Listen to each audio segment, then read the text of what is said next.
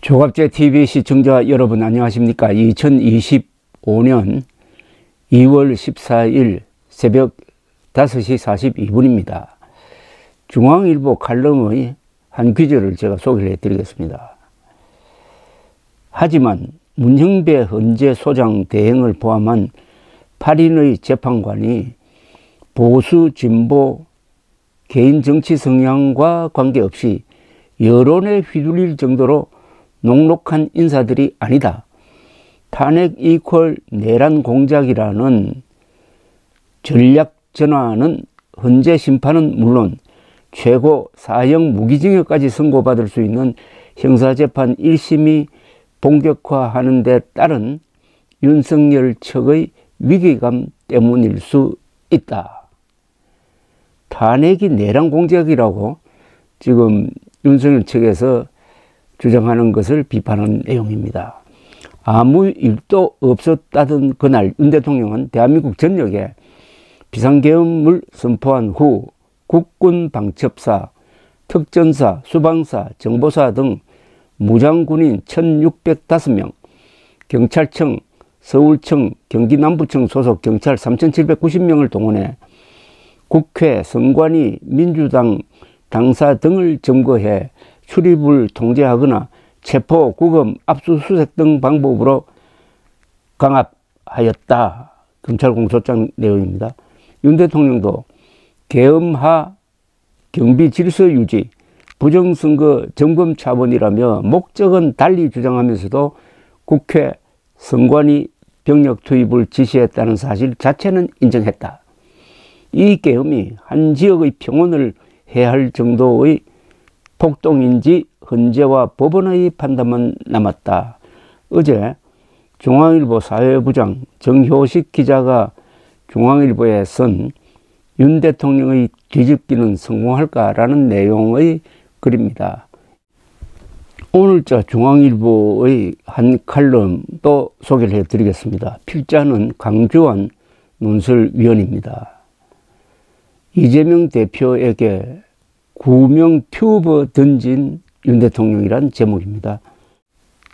궁지에 몰린 이재명 대표에게 윤 대통령이 느닷없이 구명 튜버를 던졌다. 소용돌이에서 벗어나려고 혼신의 힘을 다해 헤엄치던 이 대표 앞에 인명구조원이 나타난 셈이다. 물론 헌재와 법원의 재판 결과는 예단하기 어렵다. 하지만 윤 대통령이 이 대표의 생존 확률을 끌어올린 건 분명하다. 윤 대통령 계엄 직후 법적 정치적 책임을 회피하지 않겠다고 했다. 법적 추궁은 타의에 의해 진행 중이다.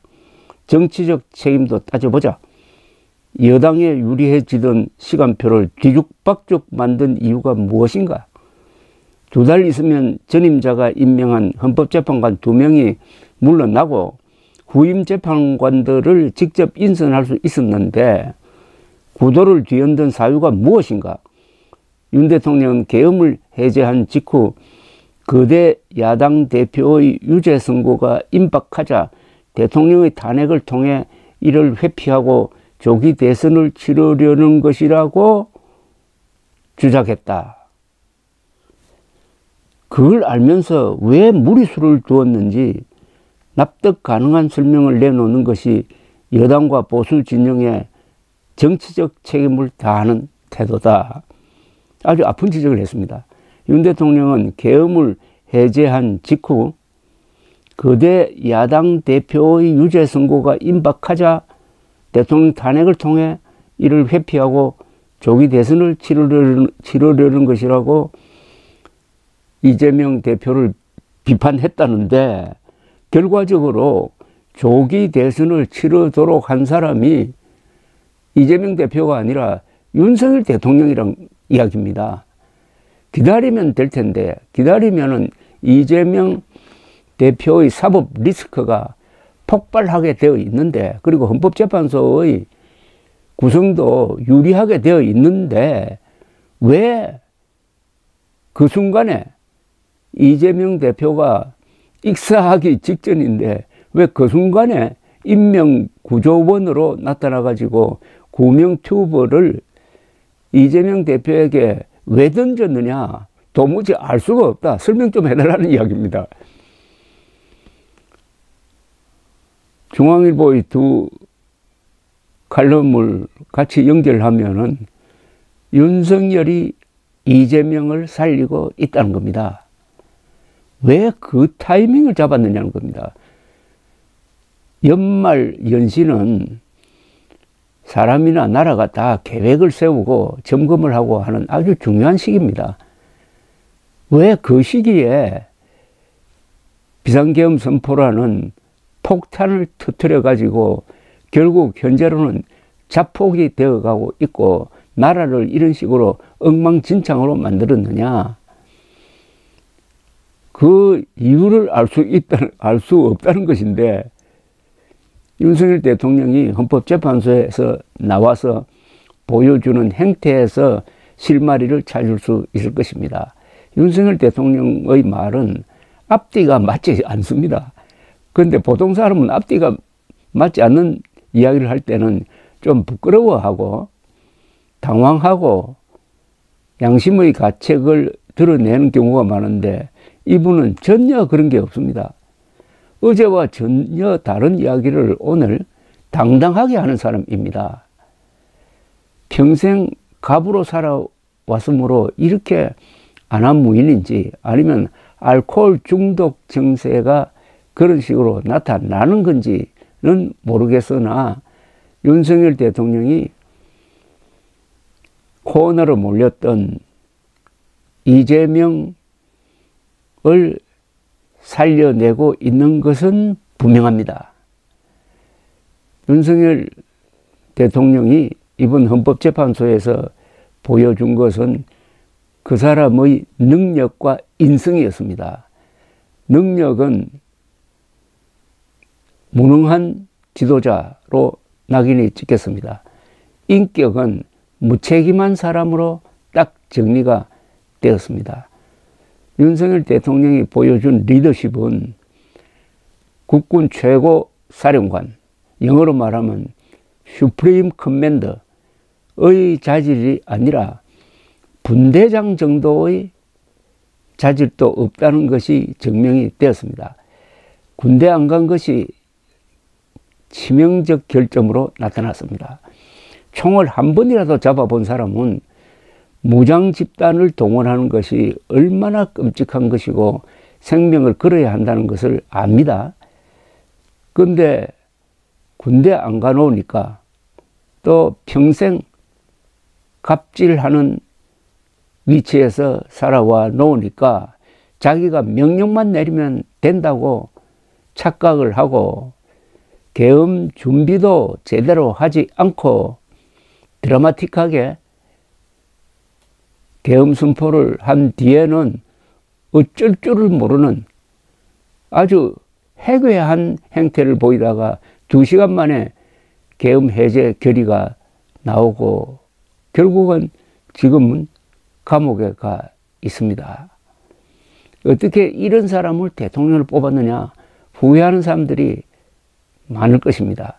어떻게 대통령 중심제는 이렇게 사고치는 사람을 막을 수 없느냐, 거기 제도적 결함은 뭐냐 하는 것도 지금 경종으로 나와 있는데 무엇보다도 미스터리는 왜 이재명을 살려주는데 앞장섰느냐는 겁니다.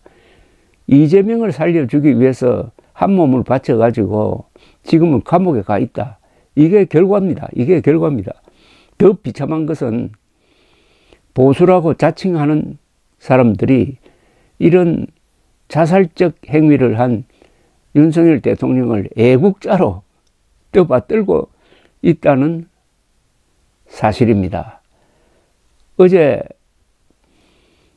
헌법재판소에서 있었던 중요한 정언 하나로 해가지고 윤석열 대통령 파면 결정은 매우 쉬워졌습니다. 조성현 수방사 경비단장이 딱 부러지게 수방사령관으로부터 국회의원을 끌어내라는 지시를 받았다. 그러나 도저히 이행할 수 없어가지고 재고를 요청했고 수방사령관이 받아들여서 국회의원을 끌어내지는 않았다고 증언을 했습니다. 수방사령관은 이진우 장군인데 이미 검찰에서 진술하기를 국회의원을 끌어내라는 명령은 윤석열 대통령으로부터 받았다고 증언한 바가 있습니다.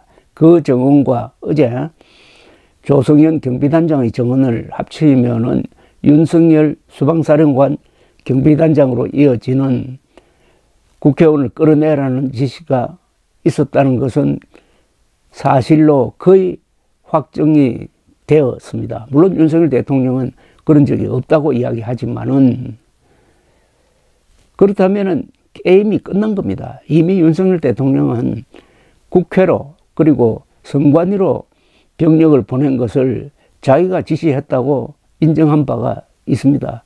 이제 사실관계는 뭐 다툴 것도 없습니다. 사실. 다만 적법 절차를 거치는 모양새를 보여주는 것은 필요하다고 생각을 합니다만 마지막에 남는 의문, 왜 윤석열은 이재명에게 구명 튜브를 던졌느냐, 여기에 대해서는 본인이 설명할 필요가 있습니다. 특히 자신을 지지하기 위해서 이 추운 겨울에 거리로 나오는 사람들을 위해서라도. 감사합니다.